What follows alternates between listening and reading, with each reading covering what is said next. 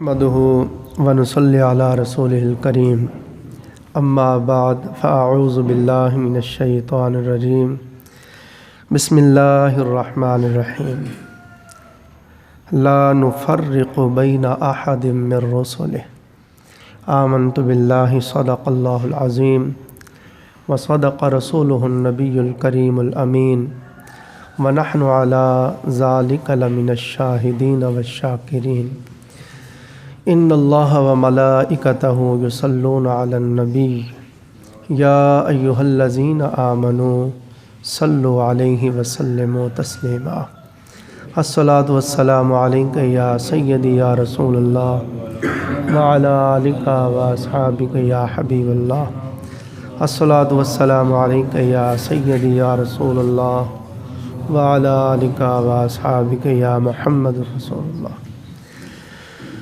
حمد و صلات کے بعد نہایت ہی واجب الاحترام معزز و مکرم سامعین و حاضرین اکرام، اللہ رب العزت کا لاتعداد بار شکر ہے جس کی توفیق سے ہم سب ماہ رمضان المبارک کی ان بابرکت ساعتوں میں نماز فجر کے بعد شہروں میں سب سے بہترین جگہ اللہ رب العزت کے گھر میں اس بابرکت مجلس میں حاضر ہیں۔ اللہ پاک ہماری حاضری کو اپنی بارگاہ اقدس میں قبول فرمائے۔ اس حاضری کو اللہ پاک ہم سب کے لیے ذریعہ نجات کفارہ سیئات بنائے۔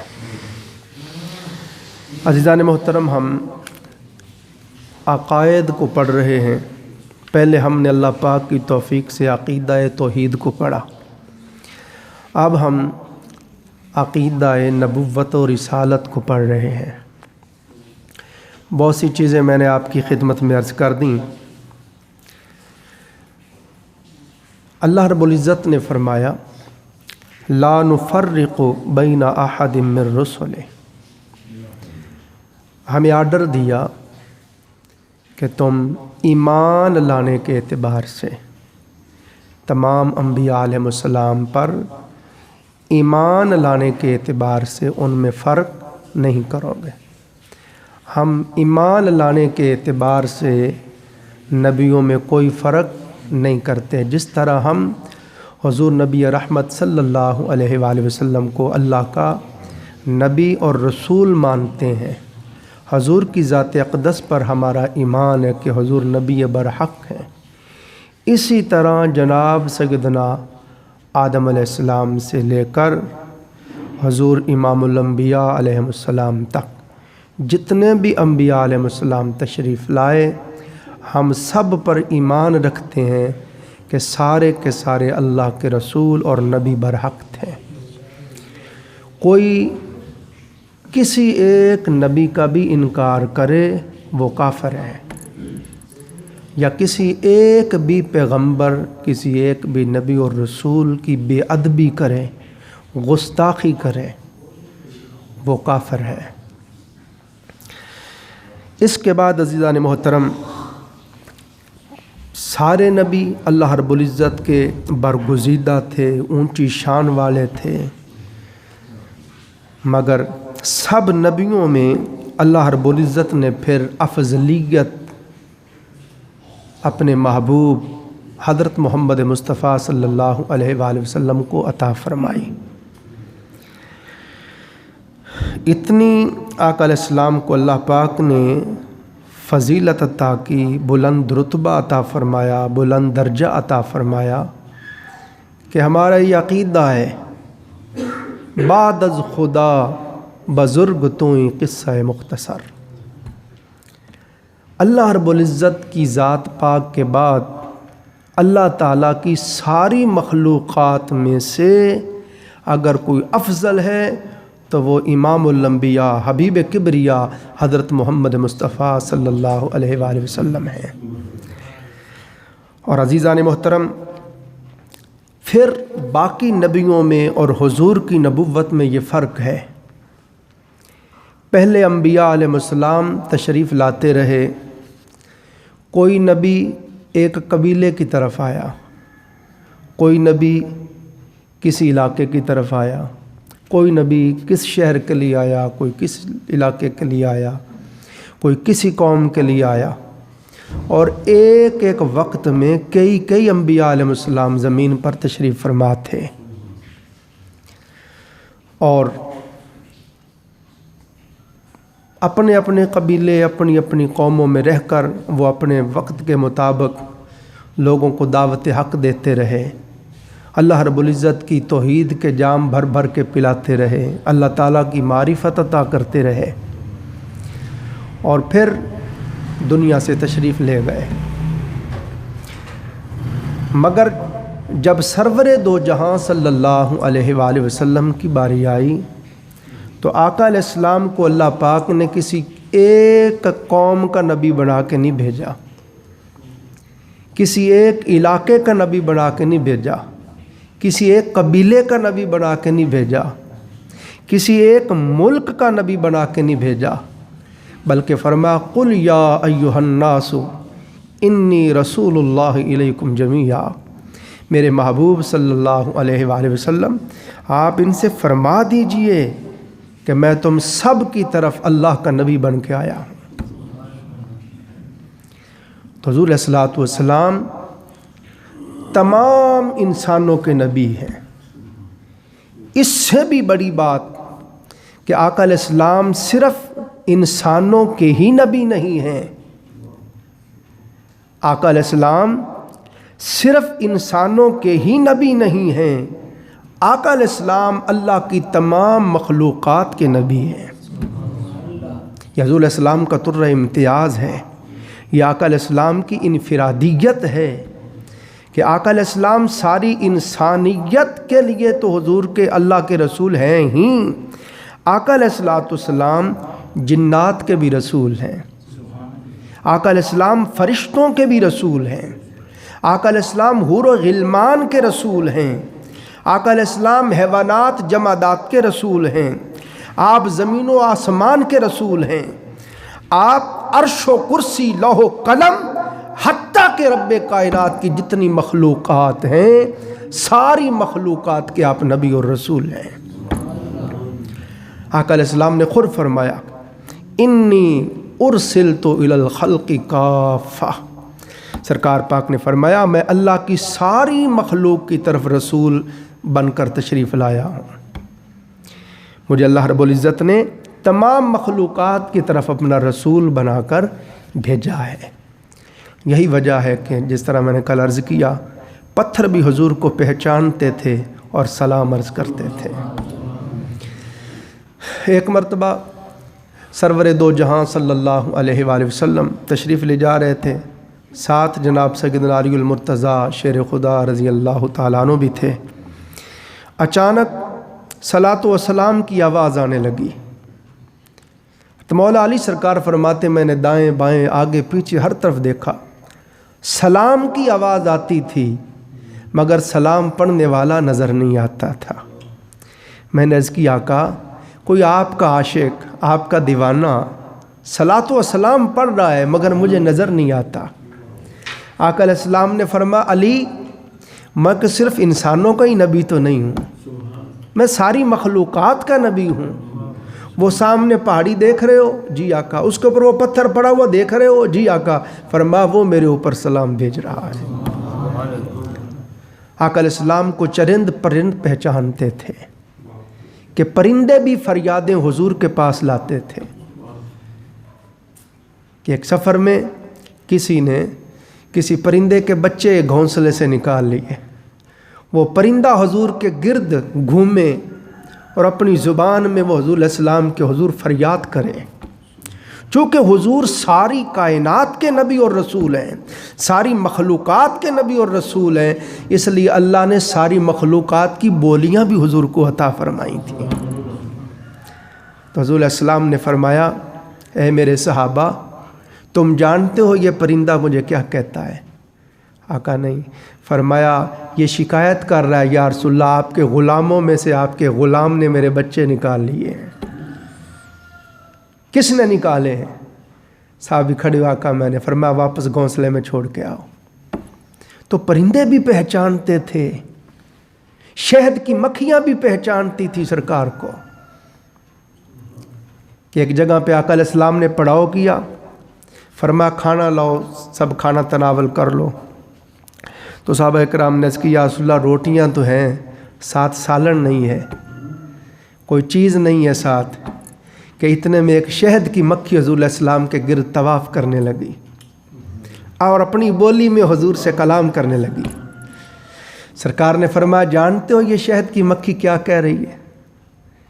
عرض کی واللہ و رسول عالم، آقا اللہ اور اس کا رسول بہتر جانتا ہے۔ آقا علیہ السلام نے فرمایا یہ شہد کی مکھی مجھے عرض کر رہی ہے آقا آپ نے اور آپ کے صحابہ نے، آپ کے غلاموں نے کھانا کھانا ہے اور سالن نہیں ہے، تو سرکار یہ ساتھ ہی ہمارا چھتا لگا ہوا ہے، میں چھوٹی ہوں شہد لا نہیں سکتی، آپ اپنے کسی غلام کو ساتھ بھیجیں اور وہاں سے شہد اتار کے لے آئے۔ تو حضور علیہ السلام نے حضرت علی شیر خدا سرکار کو ساتھ بھیجا، وہ آگے آگے اڑتی گئی، آپ پیچھے پیچھے چلتے گئے، حتیٰ کہ وہ اپنے چھتے کے پاس لے گئی، آپ نے سارا شہد اتار لیا، لے آیا آپ سرکار نے تناول فرمایا کھانا۔ صحابہ نے جب حضور کھانا تناول فرما چکے تو پھر وہ شہد کی مکھی آئی، وہ پھر حضور کا طواف کرے اور اپنی بولی میں بولے۔ تو سرکار نے فرمایا اب تم جانتے ہو میری اور اس کی کیا بات ہوئی ہے؟ عرض کیا کہا نہیں۔ فرمایا میں نے اس سے پوچھا ہے اے شہد کی مکھی تم طرح طرح کے درختوں پہ ان کے پتوں پہ جا کے بیٹھتی ہو، پتوں کے رس چوستی ہو، پھلوں کے رس چوستی ہو، پھولوں کے رس چوستی ہو، اور ہر پھل کا الگ رس ہے، کوئی کڑوا ہوتا ہے، کوئی میٹھا ہوتا ہے، کوئی پھیکا ہوتا ہے، کوئی ترش ہوتا ہے، پھر وہ چوس کے لاتی ہو، تو یہ تو بتاؤ وہ شہد کیسے بنتا ہے؟ عرض کیا آقا سارے درختوں پتوں پھلوں پھولوں کے رس چوس چوس کے لاتی ہیں، کوئی پھیکا کوئی میٹھا کوئی کڑوا کوئی ترش، جس طرح کے بھی ہوتے ہیں سارے چوس چوس کے لاتی ہیں اور آ کے اپنے چھتے پہ اگل دیتی ہیں، پھر اوپر بیٹھ کے حضور آپ پر درود و سلام پڑھنے لگ جاتی ہیں۔ یہ آپ کے درود پاک کی برکت ہے کہ یہ میٹھا شہد بن جاتا ہے۔ جنات آقا علیہ السلام کے پاس آتے، شجر و حجر حضور کو سلام عرض کرتے، ہرنیا حضور کی بارگاہ میں فریادیں پیش کرتی۔ آپ نے کبھی سوچا ہے ہمارے آقا کی کتنی بلند و بالا شان ہے؟ اللہ نے ہمیں کس اپنے محبوب اور برگزیدہ بندے کا امتی اور غلام بنایا ہے۔ تو کائنات کی ہر چیز سرکار کو پہچانتی تھی۔ اب یہ تو دیکھیں نا اور ہی باب شروع ہو گیا۔ حضرت حلیمہ سعدیہ رضی اللہ عنہا فرماتی ہیں جب میں سرکار کو لے کے آئی، غربت کا یہ عالم تھا میرے گھر میں، فرماتی ہیں کہ خدا کی قسم قحط کا یہ حال تھا کہ گھاس بھی جل گئی تھی، درخت بھی جل گئے تھے، اور میں زمین کے اندر سے گھاس کی جڑیں نکال کے دھو کے کھاتی تھی، اور غربت اور فاقوں کا یہ عالم تھا کہ بھوک کی وجہ سے ساری رات نیند نہیں آتی تھی، میں اپنے جگر کو زمین پہ ملتی تھی، اور امیر دائیاں اچھی سواریاں والی آئیں اور امیروں سرداروں کے بچے لے گئی، تو میں نے کہا سارے چلے گئے، اب کوئی غریب یتیم ہی ملے گا، خالی ہاتھ جانے سے تو بہتر ہی ہے۔ تو مختصر حضرت اماں حلیمہ فرماتی میں جب سرکار کو لے کے آئی تو میں نے دیکھا خدا کی قسم میری اونٹنی کے تھن بھی دودھ سے بھرے ہوئے تھے۔ ہاں جی، پھر فرماتی ہیں حضور کی برکت کہ سرکار کو جب میں نے اس اونٹنی پہ سوار کیا تو وہی اونٹنی جس سے چلا نہیں جاتا تھا وہ اتنی تیز چل رہی تھی کہ سب دائیوں کو اور ان کی سواریوں کو پیچھے چھوڑ کے آگے گزر گئی۔ یہ سب آقا علیہ السلام کی برکات تھیں۔ اونٹنیاں بھی پہچان نہیں تھیں۔ حدیث پاک میں آتا ہے کہ حضرت اماں حلیمہ حضور کو لے کے اپنے شوہر حارث کے پیچھے بیٹھ گئی تو وہ اونٹنی چلے نہ۔ فرمایا اونٹنی چلتی کیوں نہیں ہے؟ تو محدثین بیان کرتے ہیں اپنی زبان میں بولی، اس نے کہا حلیمہ میں کیسے چلوں، محبوب خدا کو تیرے شوہر کی پیٹھ ہو رہی ہے۔ تو حضور کو آگے کر پھر دیکھ۔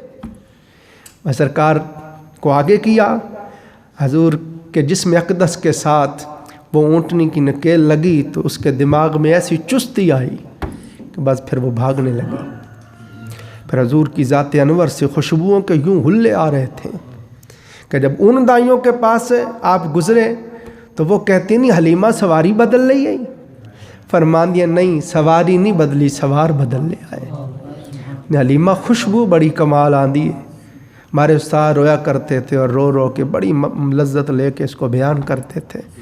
حلیمہ ہمیں بھی تو بتا اس مکے کی دکان کا پتہ جہاں سے یہ خوشبو لے کے آئی ہے، کہ یہ ہوائیں فضائیں خوشبوؤں سے معطر ہوتی جا رہی ہیں، جہاں جہاں سے تو گزرتی جا رہی ہے راستے خوشبوؤں سے معطر ہوتے جا رہے ہیں۔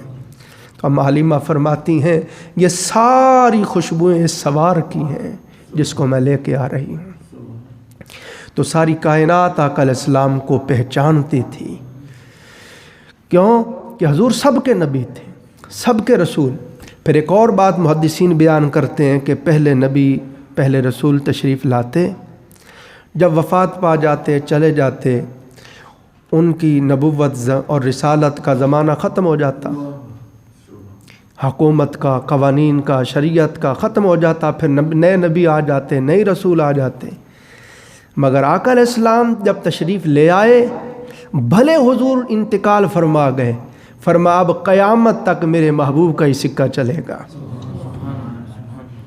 جس طرح حضور علیہ السلام اپنی ظاہری حیات میں نبی اور رسول تھے، اسی طرح آج بھی ہمارے آقا اور رسول ہیں، اور قیامت تک آنے والی ساری مخلوق کا حضور نبی اور رسول۔ حضور علیہ السلام نے فرمایا جس طرح یہ دو انگلیاں ملی ہوئی ہیں، یاد رکھو میرا زمانہ اور قیامت دونوں اس طرح ملے ہوئے ہیں، یعنی میرے اور قیامت کے درمیان میں اور کوئی نبی نہیں ہے، کوئی رسول نہیں ہے۔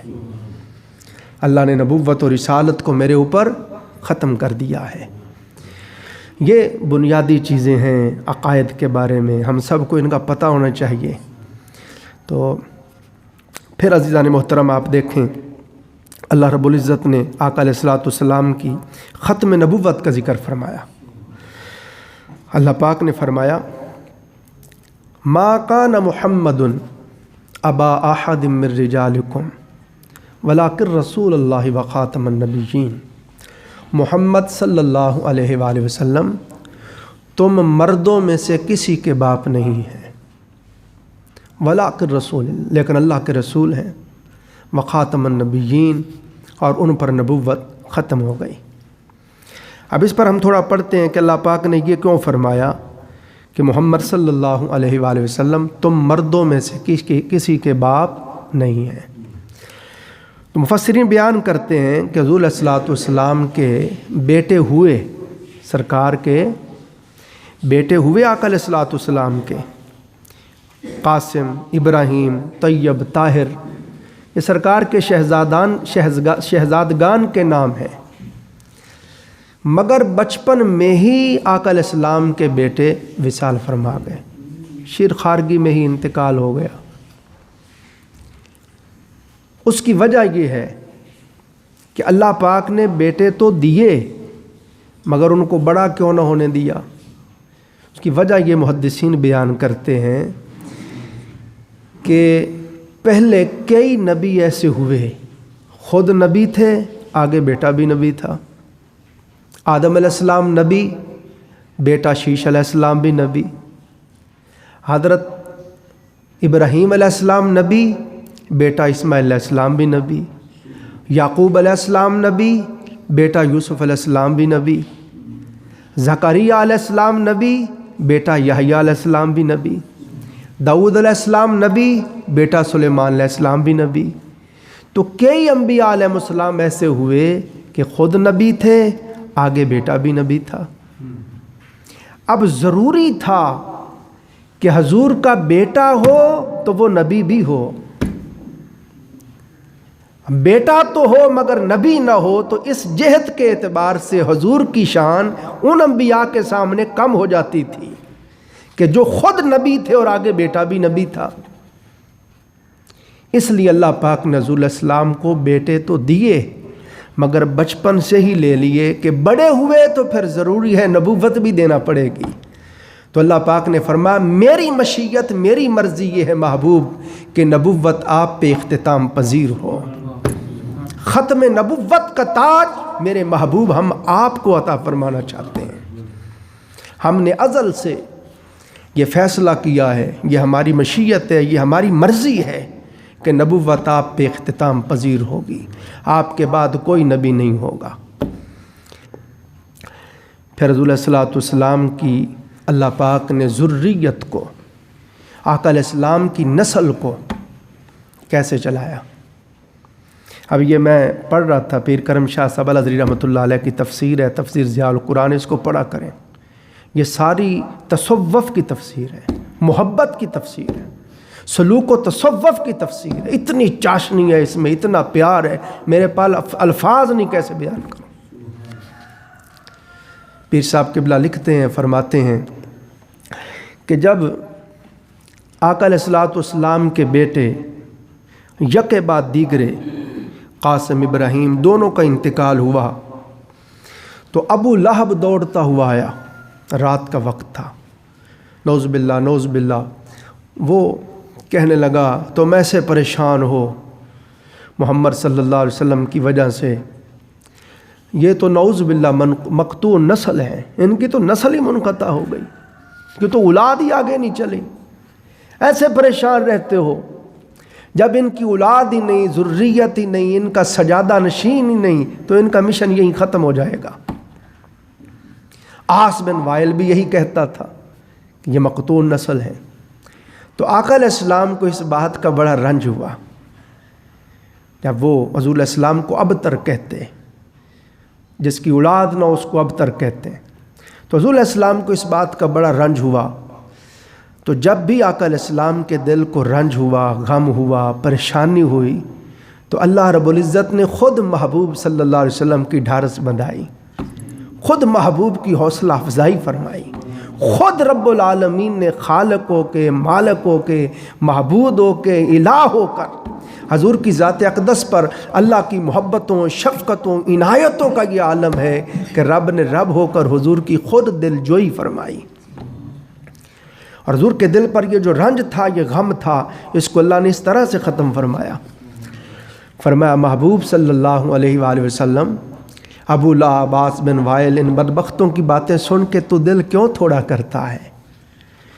یہ سمجھتے ہیں کہ حضور علیہ السلام کی نسل ختم ہو گئی، ان کی اولاد نہیں ہے، ان کا ذکر ختم ہو جائے گا، نام ختم ہو جائے گا۔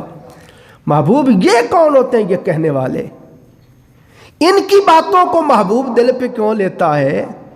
اپنے خالق اور مالک سے بھی تو پوچھ۔ یہ کہتے ہیں کہ محمد صلی اللہ علیہ وسلم کی اولاد نہیں چلی، ذریت نہیں چلی، عطرت نہیں چلی، سلسلہ ختم ہو گیا۔ اور محبوب ہم فرما رہے ہیں انا اعطیناک الکوثر، بے شک ہم نے ساری کثرتیں جمع کر کے محبوب تیرے دامن رحمت میں ڈال دی ہیں۔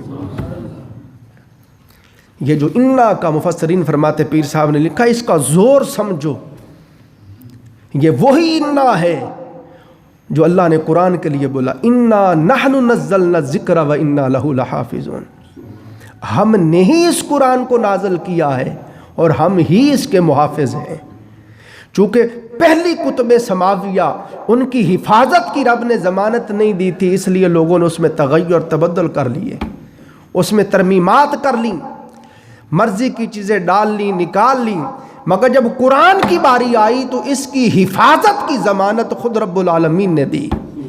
یہی وجہ ہے کہ صدیاں بیت گئیں، آج تک قرآن پاک میں ایک زبر زیر کی بھی کوئی ترمیم نہیں کر سکا۔ تو فرمایا محبوب ہم نے آپ کو کثرت دی ہے، تمام کثرتیں جمع کر کے میرے محبوب صلی اللہ علیہ وآلہ وسلم ہم نے آپ کے دامن میں ڈال دی ہیں۔ یہ پیر صاحب کرم شاہ صاحب رحمۃ اللہ علیہ کی تفسیر ضیاء القرآن سے پڑھ رہا ہوں۔ پیر صاحب فرماتے ہیں محبوب یہ سمجھتے ہیں کہ سلسلہ ذریت ختم ہو گیا اور محمد صلی اللہ علیہ وسلم نعوذ باللہ ابتر ہیں، مقطوع نسل ہیں۔ محبوب ہم نے آپ کو ہر اعتبار سے انوکھا بنایا ہے، سب سے نرالا، بے مثال، لاجواب بنایا ہے۔ محبوب ہم نے آپ کو مصطفیٰ بنایا ہے، سب نبیوں اور رسولوں میں سے آپ کو چن لیا ہے۔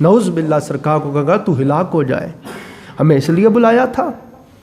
ہم سردار مر گئے تھے، یہ تجھ غریب یتیم کو ہی نبوت ملنی تھی؟ حضور سرکار کو غریب یتیم کہا، تب اللہ کا کہا تو ہلاک ہو جائے۔ رب کائنات کی ذات کو یہ چیز گوارا نہ ہوئی، اللہ نے پوری صورت نازل کر دی، فرما تبت یدا ابی لہب وتب ما اغنی عنہ مالہ وما کسب۔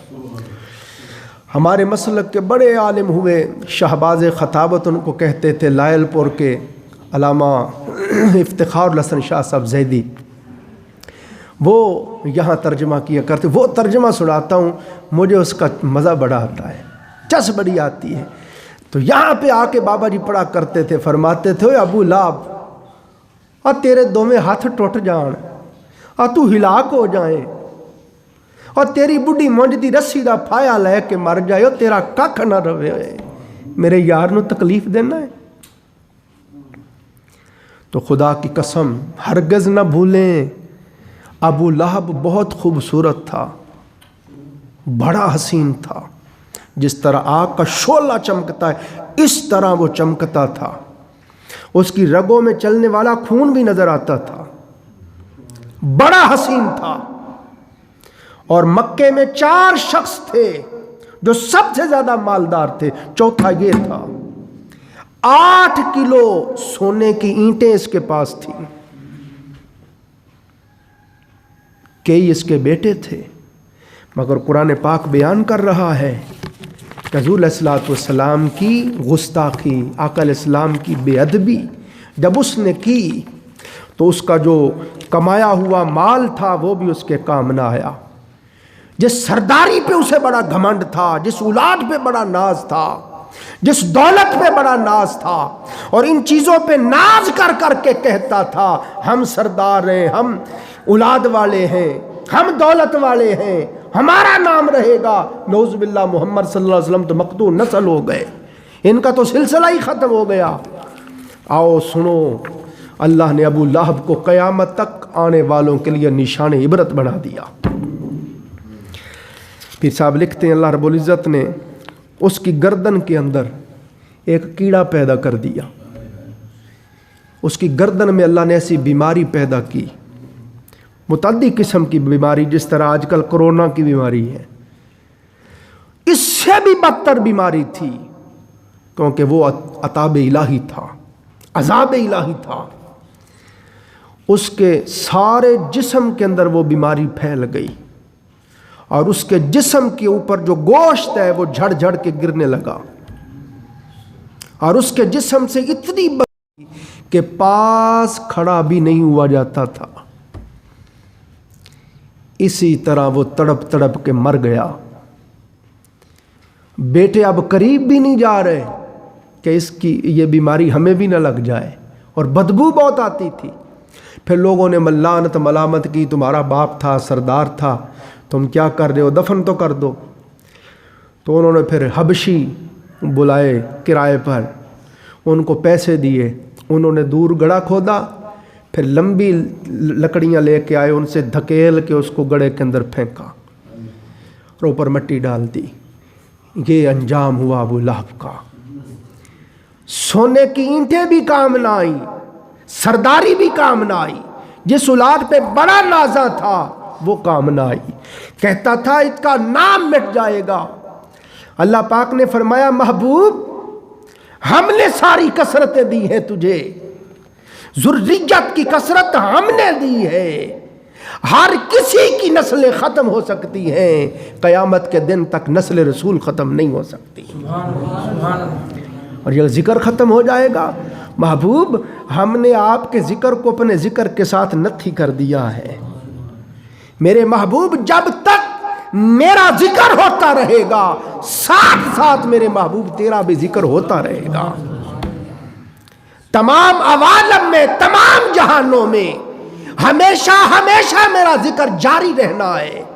تو محبوب جب ہم نے لا الہ الا اللہ کے ساتھ محمد رسول اللہ کو جوڑ دیا ہے، اللہ اکبر اللہ اکبر، اشہد اللہ الہ الا اللہ کے ساتھ اشہد ان محمد رسول اللہ کو جوڑ دیا ہے، اپنی نماز میں جہاں اپنی حمد و ثنا رکھی ہے، السلام علیکہ ایھا النبی اللہم صلی علی محمد وعلی آل محمد کو جوڑ دیا ہے۔ میرے محبوب قیامت تک میرا ذکر ہوتا رہے گا، تو جہاں تک میرا ذکر ہوتا رہے گا وہاں تک ساتھ محبوب تیرا بھی ذکر ہوتا رہے گا۔ تو ابو لہب کا نام بھی مٹ گیا، اولاد بھی ختم ہو گئی، مال بھی ختم ہو گیا، سرداری بھی گئی، آج ان کا نام ہی کوئی نہیں لیتا۔ ہر سو عقیدت مند، ہر سو عشق جس ہستی سے کرنے والے، عقیدت رکھنے والے لوگ ہیں اور جن کے نام پہ آج بھی لوگ جانے دے رہے ہیں، وہ حضرت محمد مصطفیٰ صلی اللہ علیہ وسلم آج تک اور قیامت اور ہمیشہ تک اللہ کی ہر مخلوق کے دل میں زندہ رہیں گے، زندہ ہیں اور زندہ رہیں گے۔ محبوب ساری کثرتیں ہم نے آپ کو دے دی ہیں۔ فرمایا محبوب امت کی کثرت آپ کو دی ہے۔ پہلے نبی سرکار نے فرمایا جنت میں جو لوگ جنت میں جائیں گے، آدم علیہ السلام سے میری امت تک جتنے لوگ جنت میں جائیں گے، فرمایا ان کی 120 صفیں ہوں گی۔ کتنی ہوں گی؟ اور مشرق سے لے کے مغرب تک کتنی لمبی صف ہوگی؟ 120 صفیں ہوں گی۔ مگر سرکار نے فرمایا سارے نبیوں کی، آدم تا عیسیٰ علیہ السلام سب نبیوں کی امتوں کی صفیں ٹوٹل 40 ہوں گی، اور 80 صفیں تنہا میں محمد مصطفیٰ صلی اللہ علیہ وسلم کی امت کی ہوں گی۔ ہائے ہائے محبوب اولاد کی کثرت ہم نے آپ کو دی ہے، ذکر کی کثرت ہم نے آپ کو دی ہے، امت کی کثرت ہم نے آپ کو دی ہے، اطاعت کی کثرت ہم نے آپ کو دی ہے کہ آپ کی اطاعت کو اپنی اطاعت بنا دیا ہے۔ محبوب آپ کی محبت کو اپنی محبت بنا دیا ہے، محبت کی کثرت آپ کو عطا کی ہے، آپ کے ادب کو اپنا ادب بنا دیا ہے، ادب کی کثرت آپ کو عطا کی ہے۔ محبوب آپ کی بیعت کو اپنی بیعت قرار دے دیا ہے، آپ کے ہاتھ کو اپنا ہاتھ قرار دے دیا ہے، بیعت کی کثرت آپ کو عطا کی ہے کہ ہر کوئی کہتا ہے میں حضور کا غلام ہوں۔ فرمایا محبوب امت کی کثرت آپ کو عطا کی، معجزات کی کثرت آپ کو عطا کی، وحی کی کثرت آپ کو عطا کی۔ پہلے نبی 1 معجزہ، 4 معجزے، 9 معجزے، مگر حضور پاک کی باری آئی تو آدم تا عیسیٰ علیہ السلام سارے نبیوں کے معجزے بھی دیے، اور اس کے علاوہ اللہ نے وہ معجزے بھی دیے جو کسی نبی کے پاس نہ تھے، اور وہ اپنے 1-2 معجزے دکھا کے کہتے یہ دلیل ہے میں نبی اللہ ہوں۔ مگر حضور نے یوں نہیں کہا یہ معجزہ دیکھو میں نے چاند ٹکڑے کر دیا ہے اور یہ معجزہ ہے، یہ دلیل ہے میں نبی ہوں۔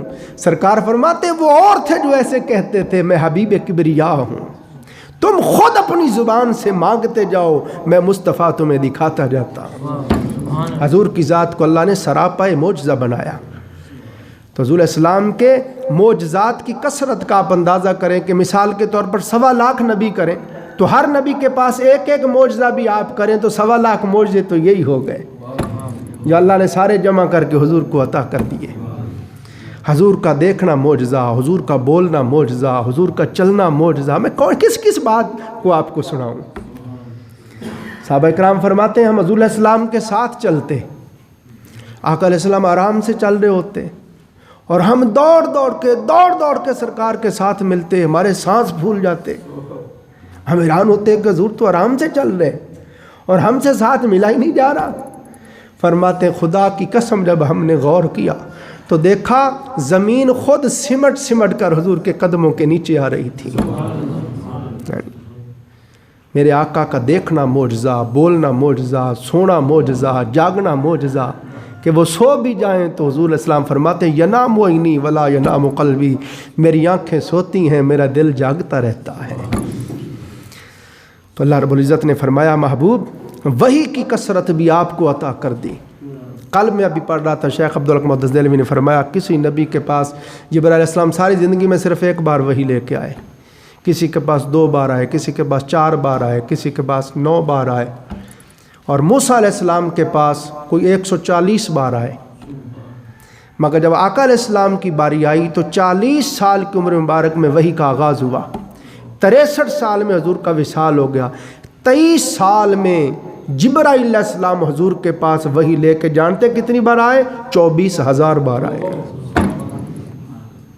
تو وحی کی کثرت حضور علیہ السلام کو عطا فرمائی، صحابہ کی کثرت حضور کو عطا فرمائی۔ محبوب جتنے تیرے صحابہ ہیں کسی نبی کے نہیں تھے۔ حجت الوداع کے موقع پر 1.25 لاکھ صحابہ تھے جن کو حضور نے خطبہ ارشاد فرمایا، سبحان اللہ۔ اور فرمایا میرے محبوب جتنے اولیاء تیری امت میں ہیں کسی نبی کی امت میں نہیں تھے۔ اولیاء کی کثرت آپ کو عطا کی، آپ گنتے چلے جائیں، گنتے کوئی گن سکتا ہے کتنے اولیاء اللہ ہیں؟ سینکڑوں اولیاء تو وہ ہیں جن کے نام ہمارے دماغ میں ہیں، اور پھر ہزاروں لاکھوں وہ ہیں جن کو ہم جانتے نہیں ہیں۔ فرمایا محبوب جتنے اولیاء تیری امت میں ہوئے ہوں گے کسی نبی کی امت میں نہیں تھے۔ علماء کی کثرت آپ کو عطا کی، محبوب تیری امت میں جتنے عالم ہوں گے علماء کسی نبی کی امت میں نہ تھے۔ تو آپ دیکھیں ابو لہب کا نام مٹ گیا، میرے آقا کا نام آج بھی اسی طرح جاری و ساری ہے۔ تو اللہ رب العزت نے یہ جو فرمایا، محبوب فرما ما کان محمد ابا احد من رجالکم ولکن رسول اللہ وخاتم النبیین، کہ محمد صلی اللہ علیہ وسلم تم مردوں میں سے، ختم کر رہا ہوں توجہ کریں، محمد صلی اللہ علیہ وسلم تم مردوں میں سے کسی کے باپ نہیں ہیں۔ اس لیے فرمایا کہ بچپن میں حضور کے بیٹے وصال کر گئے، اور وجہ یہ تھی کہ ختم نبوت کا تاج حضور کو عطا فرمانا تھا۔ تو نبوت آقا علیہ السلام کی ذات اقدس پر ختم ہوگی، حضور علیہ السلام کی فضیلت ہے، ختم نبوت حضور کی ذات پاک پہ مکمل ہوگی نبوت۔ اور آقا علیہ السلام نے خود فرمایا انا خاتم النبیین لا نبی بعدی، فرمایا میں آخری نبی ہوں اور میرے بعد اب کوئی نبی نہیں ہے۔ آج اس پر اکتفا کرتے ہیں، انشاءاللہ اس سے آگے کل پھر ہم پڑھیں گے۔ اللہ تعالی ہم سب کو سمجھنے عمل کرنے کی توفیق عطا فرمائے۔ وآخر دعوانا الحمدللہ رب العالمین۔